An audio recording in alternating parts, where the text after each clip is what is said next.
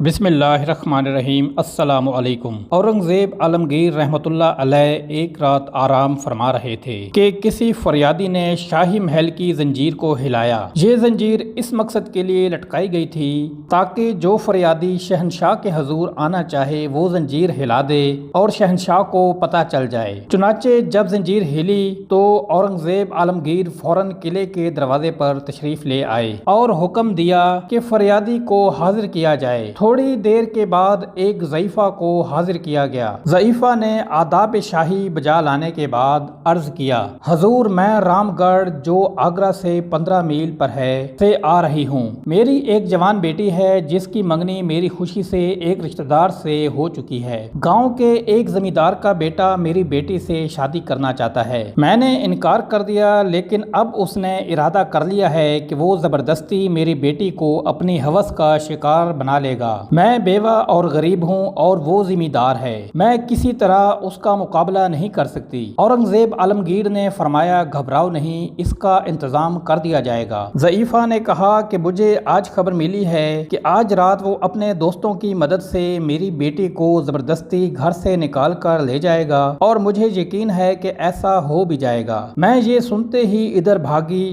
ہوں اور بڑھاپے کے باعث بمشکل اس وقت تک پہنچ سکی ہوں کہ آپ انتظام فرمائیں گے، مگر بے سود۔ جو کچھ ہونے والا تھا وہ ہو چکا ہوگا یا عنقریب ہو جائے گا۔ چنانچہ اورنگزیب عالمگیر نے اسی وقت حکم دیا کہ 2 گھوڑے حاضر کیے جائیں اور پھر تھوڑی دیر میں تیاری کر کے ضعیفہ سے کچھ باتیں دریافت فرما کر حکم دیا کہ ضعیفہ کو عزت و آسائش کے ساتھ محل میں پہنچا دیا جائے اور خود مسلح ہو کر اور وزیر اعظم کو بھی مسلح کیا اور اپنے ساتھ لیا اور گھوڑوں کو سرپٹ دوڑاتے ہوئے رام نگر کو روانہ ہو گئے۔ تھوڑی دیر کے بعد گاؤں کے قریب ہی پہنچے تھے کہ گنجان درختوں میں سے کچھ آدمیوں کے بولنے کی آواز سنائی دی۔ دونوں گھوڑوں سے اتر پڑے اور اس طرف کو ہو لیے جہاں سے آوازیں آ رہی تھیں۔ جب قریب پہنچے تو گفتگو سے پتہ چلا کہ لڑکا لڑکی کو لے جانے کی کوشش کر رہا ہے اور یہ آوازیں انہی کی تھیں۔ جب لڑکی نہ مانی تو لڑکے نے اپنے دوستوں کو آواز دی جو قریب ہی چھپے ہوئے تھے۔ آواز کے سنتے ہی وہ لوگ ادھر ادھر سے نکل آئے اور یہ حکم پا کر کہ اسے مار دو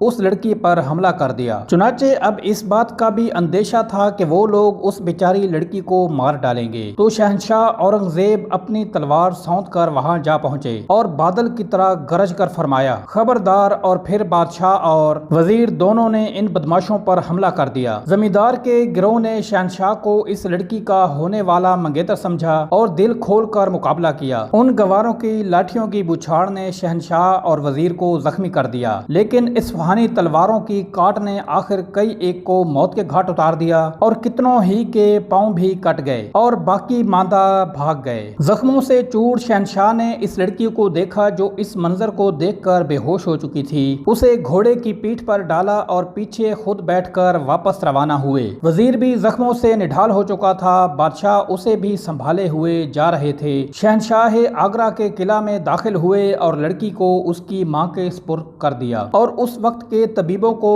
طلب فرمایا اور انہیں حکم دیا کہ وزیر کی مرہم پٹی کی جائے اور ہمیں مرہم پٹی کی ضرورت نہیں ہے، زخم خود ہی ٹھیک ہو جائیں گے۔ چنانچہ صبح اٹھ کر شہنشاہ نے کوتوال کو حکم دیا اور دوپہر تک رام نگر کے زخمی اور مفرور تمام آدمی جن میں وہ ذمہ دار بھی شامل تھا حاضر کر دیے گئے۔ شہنشاہ نے حکم فرمایا کہ ہماری اور وزیر کی طرف سے کوئی استغاثہ ان کی ذات پر نہیں، ہم نے اپنا جرم معاف کر دیا ہے۔ ہاں، اس مظلوم بڑھیا اور اس کی لڑکی پر جو ظلم ہوا ہے اس کی حسب قانون سزا دی جائے۔ ضعیفہ کو 500 اشرفیاں اور اورنگزیب عالمگیر رحمۃ اللہ علیہ نے خزانہ شاہی سے دلوائیں اور جب اس لڑکی کی شادی ہوئی تو شہنشاہ اس شادی میں بھی شریک ہوئے۔